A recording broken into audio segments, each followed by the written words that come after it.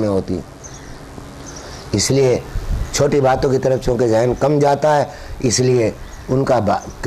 وہ اظہار کرنا زیادہ مناسب لگتا ہے۔ مثال کے طور پر ہم گھر میں رہتے ہیں، ایک مشترک استعمال کی چیز گھر میں ہے، مثلا ماچس کی ڈبیا ہے، اب اس کے ایک جگہ ہے رکھنے کی، ہم نے ماچس، مجھے ضرورت پیش آئی، میں نے ماچس کی ڈبیا اٹھائی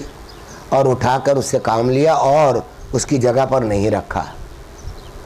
اب دوسرے کو ضرورت پیش آئی، وہ ڈھونڈتا پھر رہا ہے،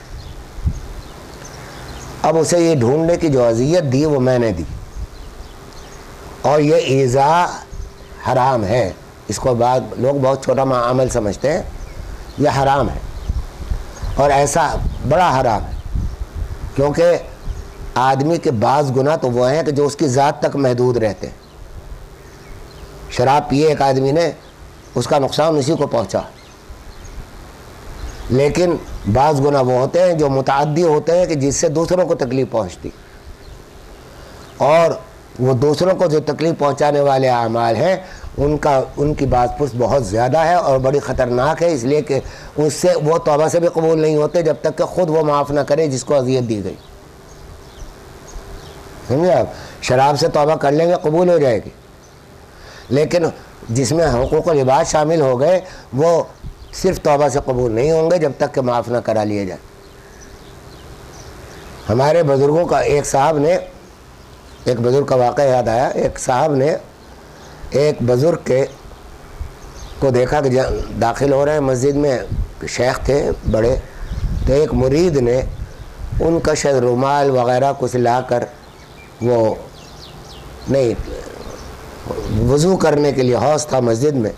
وضو کرنے کے لیے لوٹا، اس زمانے میں لوٹے استعمال ہوتے تھے، تو لوٹا پانی سے بھر کے اور مسواک اس کے اوپر رکھ دی کہ اب حضرت آئیں گے تو یہ وضو کرنے کے لیے ان کو تکلیف نہ، انہیں وضو تھا، انہیں وضو کی ضرورت پیش نہیں آئی، وہ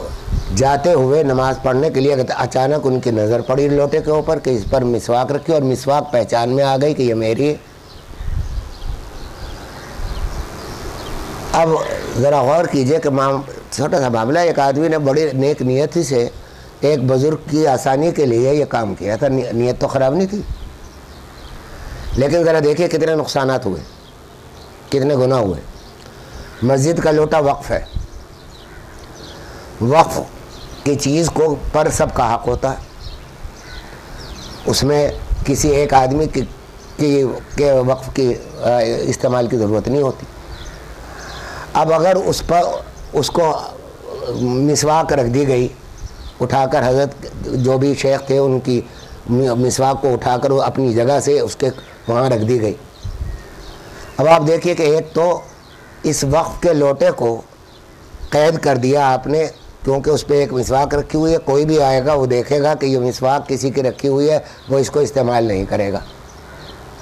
تو آپ نے وقف کے مال کو کہ بالکل بے وجہ ایک عرصے تک کے لیے محبوس کر دیا، اس کو قید کر دیا کہ وہ استعمال نہ کر سکے کوئی دوسرا آدمی، یہ جائز نہیں، کیونکہ وقف کا مال سب کی کا ہے۔ پھر دوسرا نقصان یہ ہوا کہ آپ نے وہ مسواک جس مسواک کی جو جگہ تھی وہاں سے ہٹا دی، اب اگر وہ یہ نظر نہ پڑتی اور یہ مسواک وہاں اپنی جگہ نہ رہتی اور یہ حضرت جنہوں نے یہ کام کیا تھا اس مسواک کو اٹھا کر اس جگہ پر نہ رکھتے جو اس کی اصل جگہ تھی، تو اس شیخ کو پھر اپنی مسواک کی تلاش کرنے میں تکلیف ہوتی اور وہ مسواک ضائع بھی ہو سکتی تھی، تو اس مال کے ضیاع کا بھی عذاب ہوتا۔ کتنی تکلیفیں، کتنے عذاب، کتنے گناہ نیک نیتی کے ایک عمل سے ہو گئے، سمجھے آپ؟ تو میں اس لیے کہہ رہا ہوں عمل الصالحات بہت آسان بات ہے کہ نیک اعمال، ہم نے ایک اصطلاح گھڑ لی ہے نیک عمل، لیکن نیک عمل کی طرف توجہ کم اور بے فکری کی وجہ سے ہم اپنے گھر میں رہتے ہوئے اتنے حرام کر لیتے ہیں کہ ان کا شمار ممکن نہیں ہوتا۔ تو اس واسطے آپ نے فرض کیجئے، ایک میں چھوٹی چھوٹی مثالیں عرض کرتا ہوں کہ آپ وضو میں جا رہے آپ کے جوتے رکھے ہوئے ہیں، اس کو خراب نہیں کرنا چاہتے، سامنے ایک چپل پڑے ہیں، وہ آپ نے پہن لیے، وہ چپل کسی اور کے ہیں، آپ کے نہیں ہیں۔ اب آپ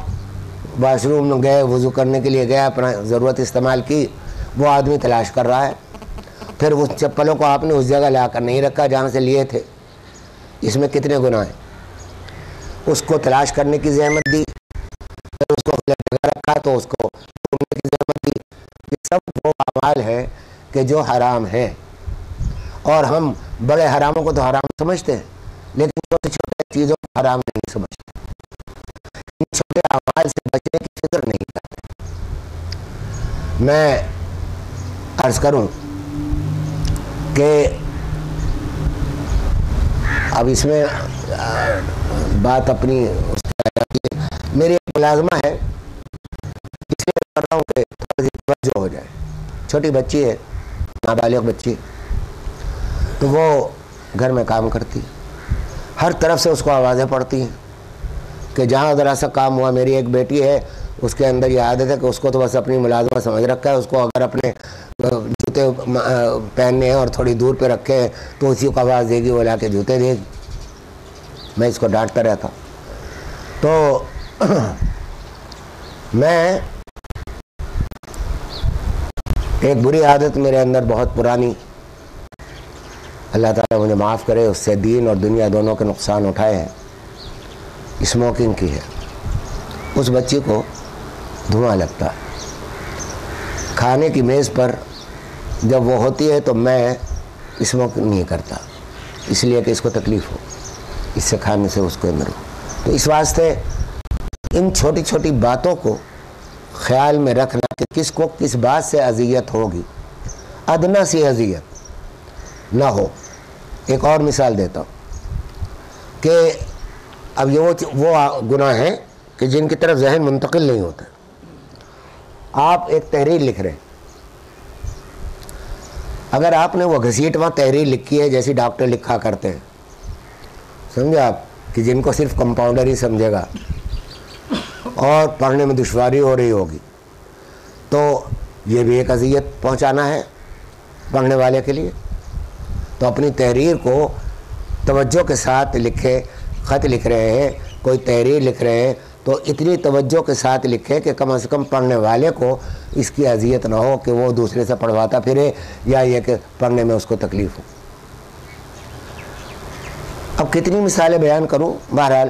یہ چھوٹے اعمال، میں اسی لیے کہا کرتا ہوں کہ بڑے اعمال تو آدمی کے ذہن میں ہوتے ہیں